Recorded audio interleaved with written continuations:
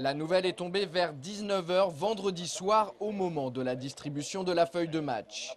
Face à Sedan et pour au moins les 5 prochaines rencontres, Jean-Louis Garcia a décidé d'écarter Jean-Daniel Padovani du poste de gardien titulaire au profit de sa doublure depuis le début de saison, Kevin Olimpa.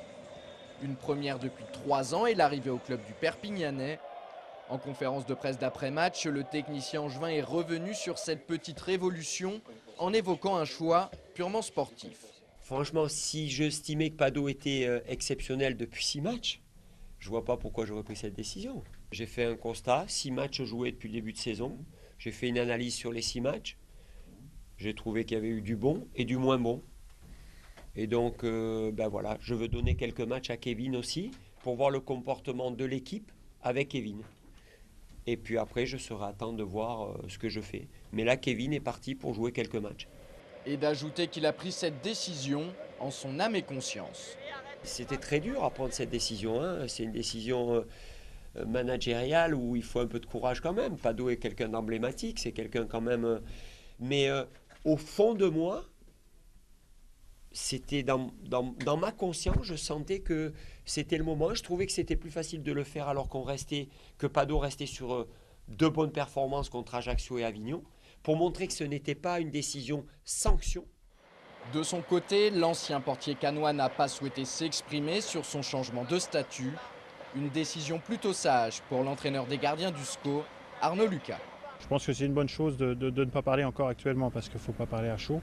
C'est toujours dans ces cas-là où on ne dit pas forcément tout ce qu'on pense, ou du moins les paroles dépassent la pensée. Donc je pense que c'est une bonne chose. Reste maintenant à savoir comment s'est comporté Kevin Olimpa vendredi soir pour sa première titularisation en championnat sous le maillot angevin. Le joueur prêté par les Girondins de Bordeaux a réalisé une bonne prestation. En première mi-temps, il a commencé par sauver son équipe grâce à cet arrêt réflexe avant de s'incliner sur cette tête d'Enani sans que sa responsabilité soit engagée.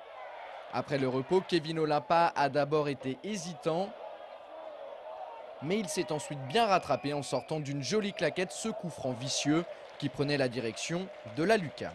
C'est correct pour ce que j'ai eu à faire, ça a été. Je pense que j'ai pas eu beaucoup d'occasions à sortir, mais ça a été. Malheureusement le but, comme on dit, toujours évitable, mais bon, voilà. Et je suis quand même content. Content mais pas entièrement satisfait puisque le SCO a concédé le match nul, 1 but partout contre les Ardennais. Prince Onyangé avait pourtant ouvert le score dès la 14e minute suite à ce service en retrait de Sébastien Renoir. Mais une nouvelle fois, les Angevins ne sont pas parvenus à concrétiser leur temps fort et n'ont jamais réussi à se mettre à l'abri d'un retour sedanais. C'est justement ce qui s'est passé juste avant le repos avec l'égalisation d'Enani. En deuxième mi-temps, les protégés de Landry Chauvin ont bousculé des scoïstes au bord de la rupture. Conclusion, chacune des 2 formations a eu sa période. Le point du nul semble donc logique. On méritait de tourner avec l'avantage au score de 1 voire 2 buts, quoi. Donc c'est frustrant encore une fois, mais bon, je répète, sur la deuxième mi-temps, Sedan nous a quand même pas mal bousculé et à l'arrivée, on va dire que c'est un bon point. Résultat, Angers recule d'1 place au classement et se retrouve désormais 10e avec 9 points.